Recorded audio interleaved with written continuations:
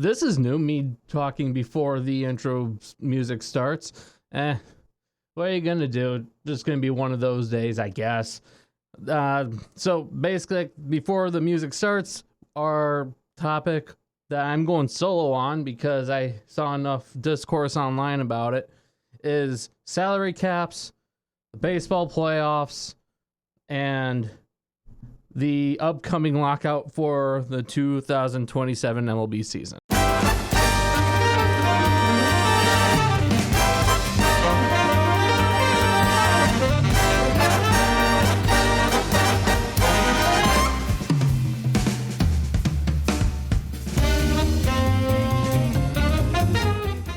All right, so let's recap the MLB playoffs so far. LA sweeps Cincinnati. Not surprised, since Cincinnati was like a 500 team that made the playoffs after the Mets just collapsed and Cincinnati held the tiebreaker.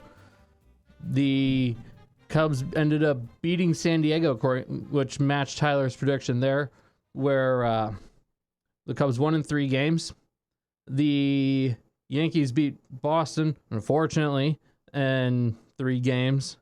And then it took 3 games to decide between Detroit and Cleveland, because the division series between Seattle and Detroit was phenomenal, where that series went 5 games. Most of the games were close, and games 2 and 5 was a school pitch start, but game 5 was a 15-inning marathon, and it was beautiful. It was such a good game.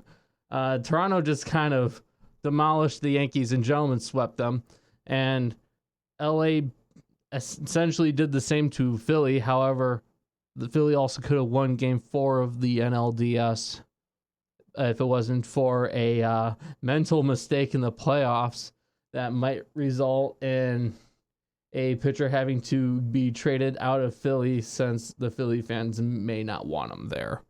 And then the Cubs and Milwaukee had the second best division series, where the Cubs had won games 3 of 4, but Milwaukee won all of its home games, so therefore they're up against LA and currently down 2-0 in NLCS. Jeff Passan had put out an article saying how this year's NLCS could determine if there is even going to be a Major League Baseball season, the 2027 season. Now, the reason why there's most likely, or there will be a lockout, is over the debate of salary caps. There is a lot of money between players and the owners, and some owners being cheap, some wasting their money and like overspending, and players taking advantage of that. And then super agents also wanting more money because of their royalties they get off of, I think it's royalties, something in the contract, so they get X% from like the player contracts as well. I don't know all the smaller details, so I did end up looking up each team's payrolls, like for all 30 for this year's season, and it's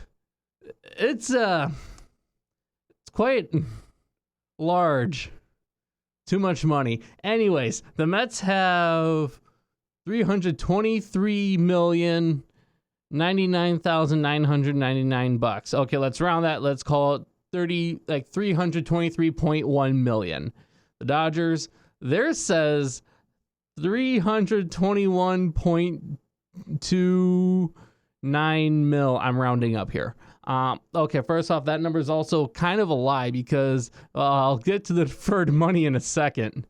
The Yankees are at 293.5 mil. Phillies are at 284.2 mil. Toronto's at 239.6 mil. All these are in the millions. So the Texas Rangers are at a 220.5. Houston is at 220.2. Atlanta's at 214.8.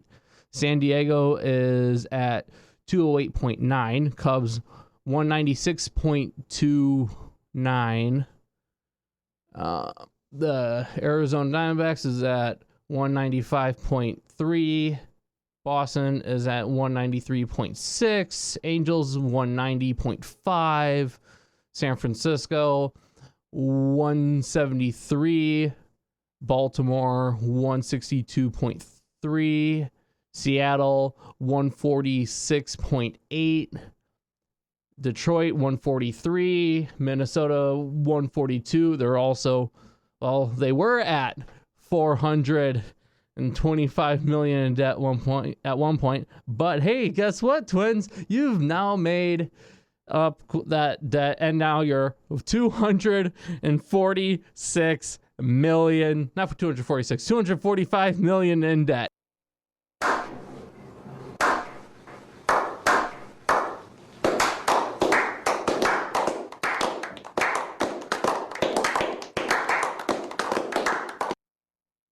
St. Louis is at 141.45 mil. Kansas City is at 130. Colorado is at 120.7. Cincinnati at 115.46. Milwaukee at 115. Washington at 107.6. Cleveland at 100.5. Pittsburgh at 87.6. The White Sox are at 82.3.2, however you wanted to look at it. Again, rounding. Tampa Bay is at 79.2. Oakland, not really Oakland, it's the homeless A's. So the A's are at 73.1, and the Marlins are at 67.4. Again, all these are in increments of a million, and it's way too much money. But now let's just go over the deferred, because that's where your eyes may pop out of your skull. So the Mets are at 2.7 mil. The Dodgers, I thought, were at 1.056 billion. Wrong. They're actually at 1.051 billion. The Yankees don't have any money deferred. Philly has 7 million. Toronto is at 61.75. Texas and Houston are at 12.5. The Braves are at 0. Padres are nothing substantial / 0. Basically, it's under a million. They have anything. The Cubs are at 0. Arizona's at 64 million. Boston's at 60. Angels are at 0. San Francisco's non-applicable / 0. Baltimore's at 9.66. Seattle's at 0. Detroit's at 0. Minnesota's at 0. Again, 245 million debt. Makes sense. St. Louis is up to 28 million. Kansas City's at 0. Colorado's at 26. Cincinnati's at 0. Milwaukee's at about 5. Washington's at 50. Cleveland's at 0. Pittsburgh's at 0, but they're also in debt, but not nearly as badly as Minnesota. White Sox at 1.5. Tampa Bay is less than a million. Oh, again, the A's, they are at 0, and the Marlins are at about 10 million. So yeah, that's the deferred money. Again, that 1 million magic, well, not 1 million, the 1 billion magic number in Dodgers deferred money is holy crapola. That is a bit ridiculous at its finest. Like, actually just ridiculous. That's mortgaging your future away for a few championships to several until those players retire. And all of a sudden, you don't have the money to pay future players because you're paying $1 billion. Ridiculous. The Jeff Passan put out an article where the current NLCS matchup between Milwaukee and LA, it could be a factor in the labor dispute for the 2027 MLB season that could potentially be outright canceled due to salary cap. The players don't want a salary cap. Most of the owners want a salary cap, but don't at the same time. The fans want a salary cap. Quite frankly, they should do a fans first approach. So to do a fans first approach on it, I think they need a middleman to help negotiate that part of the player thing. Like a player agreement to, play season. I'd be happy to do it if the MLB and the Players Association want me to help with that. I have a pretty good idea on that. You do $220 million cap for 3 years with a $90 million floor. The reason why I say 90 million floor is because Tampa Bay has proven you can have successful runs if you build your franchise properly. And when they ever get close to 90 million, they're going to be winning like 90 plus games. You're not going to know who the hell anyone is on that team. After the 3 years, you can do the 240 million a year, like for 10 years for a salary cap. And then after the 10 years, you can just increase the floor and cap based off of inflation. So that way everything kind of keeps pace. The owners typically make 9 to 12 million a year on average after they pay all their people.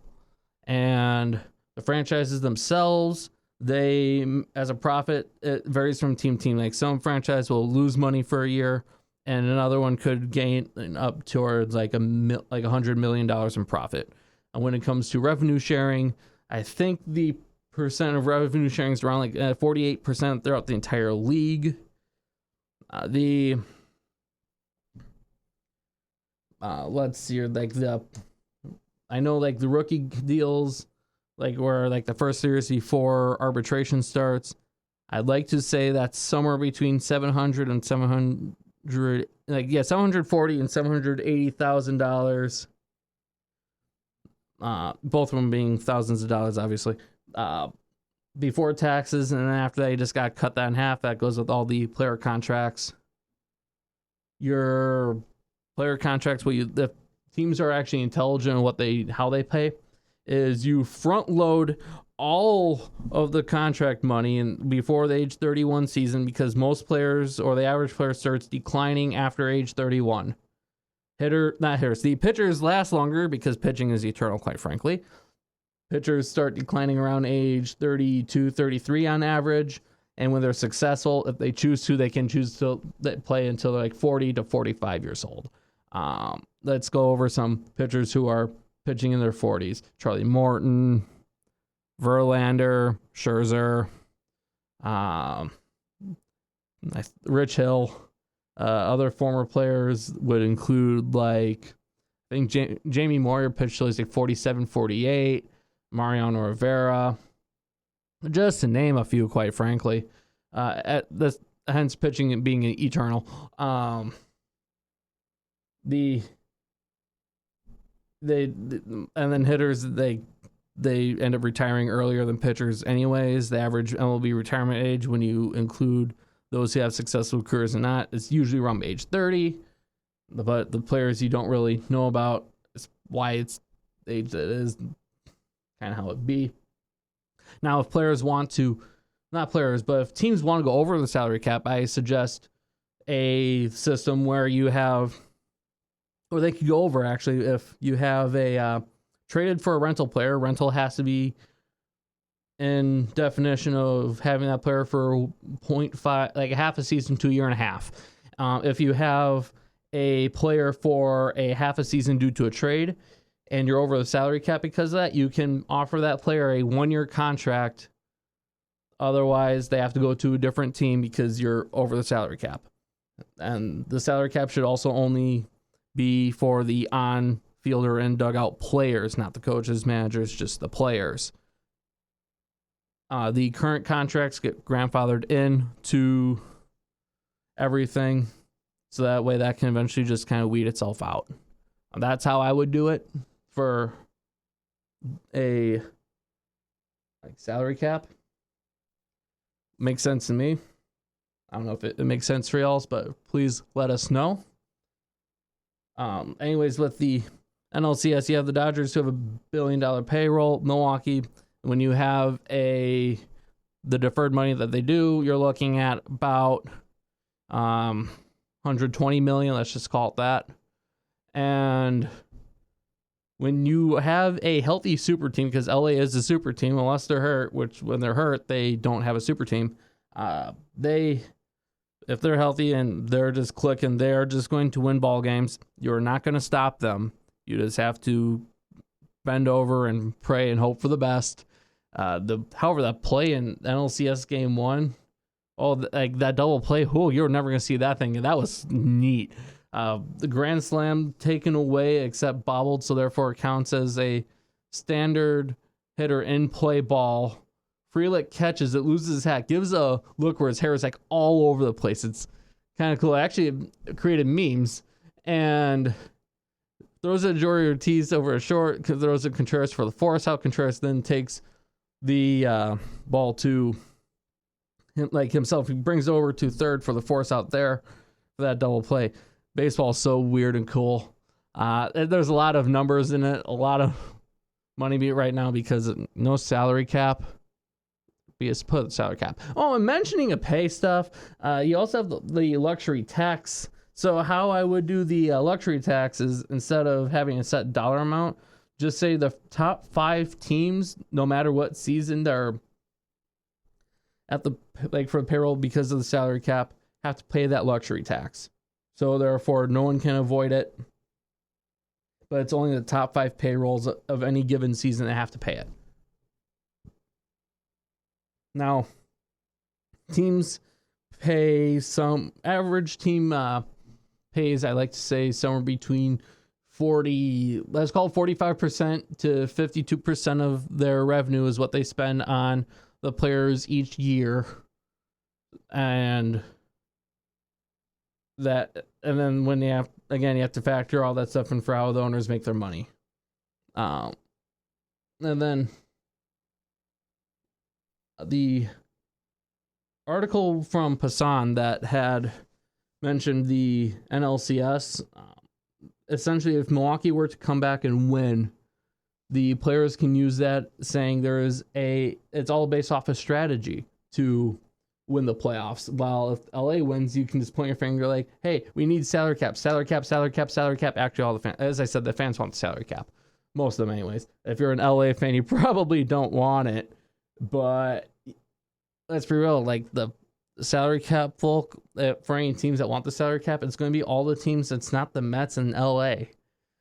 Now, if you spend incorrectly when you're at the bottom portions of the payroll, you're going to be floundering because you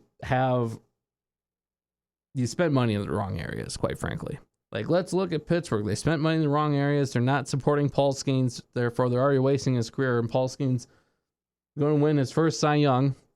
And he's probably going to win another, several. He's probably going to end up in a Hall of Fame at this rate because of how great he is as a pitcher. He's the best pitcher in the league with Skubal is the best pitcher in the AL.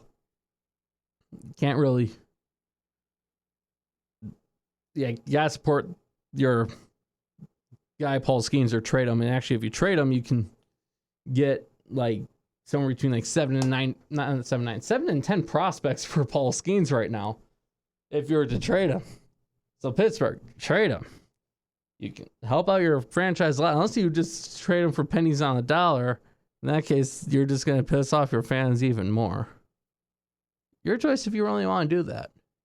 And I also read in online circles, where you actually read online circles, you can tell who knows what they're talking about, who doesn't know what the hell they're talking about because they barely watch the games, don't really follow much.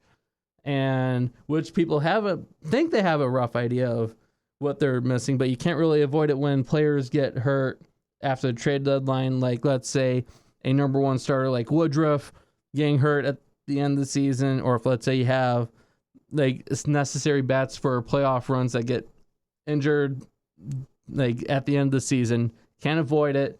So what's missing for Milwaukee's playoff run is Woodruff and a power bat that hits 270, 280 for batting average per year. But when you have the 30 plus home runs with that batting average, your OPS is probably going to be somewhere between 900 and just over 1,000.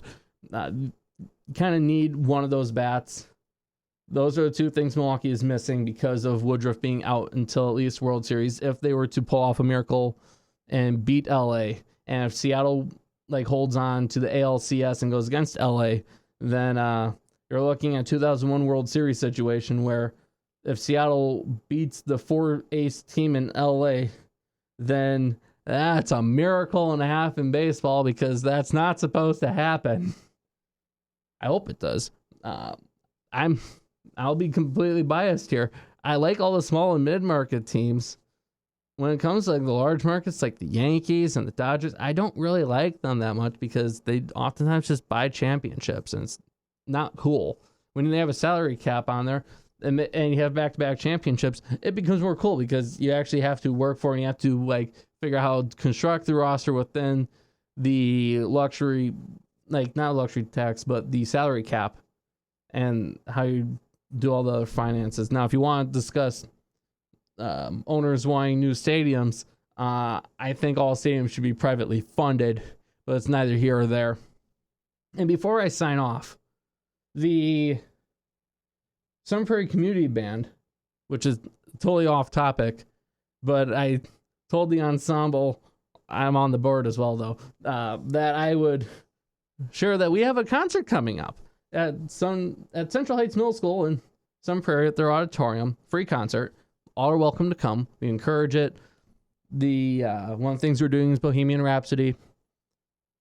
And when you're a part of a community ensemble, it's quite enjoyable. Musical and sports, when you look at the muscles and organs used, they use the same stuff. Just you can do music until you're on your deathbed, while sports you can do until your joints just start turning into dust, like non-functional, which is why I do mostly music stuff. We do 3 concerts in the summer around the park. We do the spring and fall concerts at Central Heights Middle School, and then we do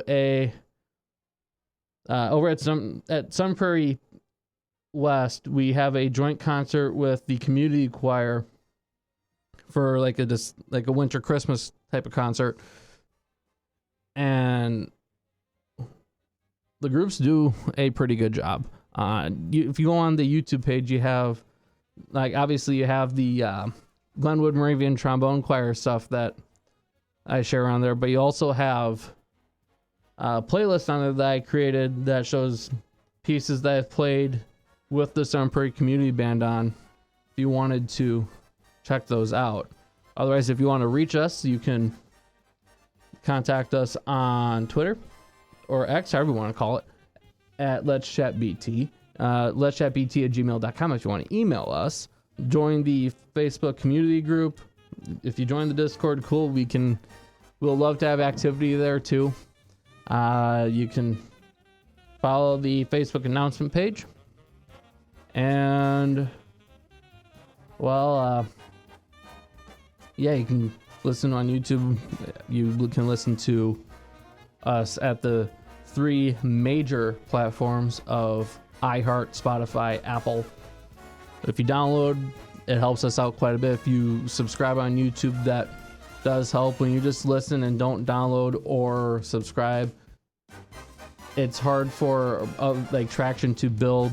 As if things get bigger from that stuff, then more people are going to listen. It just grows more, and then can grow a little community around this stuff. So we'd appreciate it, and know the Sun Prairie Community Band would appreciate it if anyone who is able to go to Sun Prairie, Wisconsin for the Central Heights Middle School 3 p.m. concert. They'd appreciate it. Until next time, bye.